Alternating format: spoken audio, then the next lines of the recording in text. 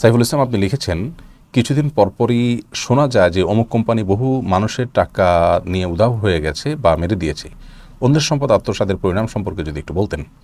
ভাই সাইফুল ইসলাম, ইসলাম আমাদেরকে যে জীবন বিধান দিয়েছেন, এখানে শর্টকাটে সম্পদশালী হওয়ার কোনো সুযোগ আসলে রাখা হয়নি। এই জন্য আপনি দেখবেন যে আপনি বসে বসে সুদে টাকা লাগালেন আর বসে বসে আপনি তার লাভ খেয়ে আপনি বড়লোক হয়ে গেলেন। এই পদ্ধতিকে ইসলাম কিন্তু জায়েজ করেন, এটা হারাম। এবং একইভাবে আপনি 10 টাকা দিয়ে লটারি কিনে 40 লক্ষ টাকার মালিক হয়ে গেলেন রাতারাতি। এরকম শর্টকাট ওয়েতে ধনী হওয়ার কোনো পথ কিন্তু ইসলাম রাখেনি। অনেক কোম্পানি যেরকম মানুষের টাকা হাতিয়ে নিচ্ছে, আমরা গ্রাহকরাও, সাধারণ মানুষ অনেক সময় লোভে পড়ে এই সমস্ত জায়গায় পা দেই এবং ক্ষতিগ্রস্ত হই। দুনিয়াও বরবাদ হয়, আমাদের আখিরাতেও বরবাদ হয়। এ বিষয়ে আমাদের সবার দায়িত্বশীল আচরণ করতে হবে। কোরআন কারীমে আল্লাহ তাআলা বলেছেন, ইয়া আইয়ুহাল্লাযীনা আমানু লা তাকুলু আমওয়ালাকুম বাইনাকুম বিল বাতিল।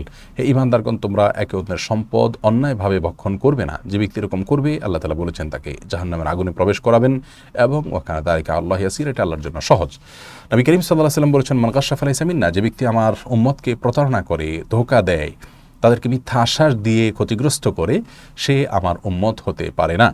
দুনিয়াতে যারা এগুলো সম্পদের জন্য করছেন, বিভিন্ন কোম্পানি খুলে মানুষের টাকা বিভিন্নভাবে তারা সংগ্রহ করছেন, এরপরে মানুষকে বিপদের মুখে ঠেলে দিচ্ছেন, মানুষের টাকা নিয়ে একরকম তামাশা করছেন এবং তাদেরকে রিস্কের মধ্যে ফেলছেন, এই মানুষগুলো হয়তো অনেক সম্পদ আহরণ করছে, কিন্তু এরা কিয়ামতের ময়দান হবে সবচেয়ে অভাবী এবং ভিখারি। নবী করিম সাল্লাল্লাহু আলাইহি ওয়াসাল্লাম বলেছেন, তোমরা কি জানো সবচেয়ে বড় ভিখারি কে?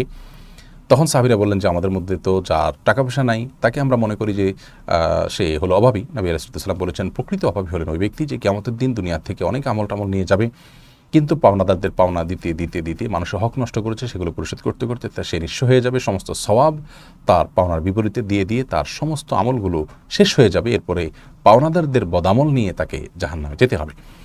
তো এই জন্য যারা সম্পদ আহরণ করছেন, দুনিয়াতেই তাদের শান্তি হয় না, আখিরাতেও শান্তি তো নিশ্চিত। এই জন্য হারামে আল্লাহ রাব্বুল আলামিন আরাম রাখেননি। আল্লাহ তাআলা আমাদেরকে হারামকে না বলার তৌফিক দান করুন। বেশিরভাগ মুসলমানরা আজ আমরা নামাজ কালাম রোজা বা ইসলামের অন্যান্য অনেক বিধিবিধান পালন করলেও অন্যকে মেরে ঠকিয়ে অন্যায় করে বিভিন্নভাবে সম্পদ আহরণ করার এক নেশায় আমরা মত্ত হয়ে আছি। আল্লাহ তাআলা আমাদের সবাইকে আমরা যেন বোধ হয় সেই তৌফিক আমাদেরকে দান করুন। এবং গ্রাহক যারা আছেন তারাও লোভে আপনার শর্টকাট ওয়েতে ধনী হওয়ার বা সম্পদ করার কোনো পথে যাবেন না। আল্লাহ তাআলা আমাদের সবাইকে হেফাজত রাখুন এবং বোঝার তৌফিক দান।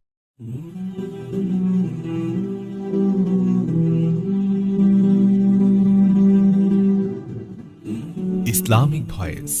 Follow Islam as your lifestyle.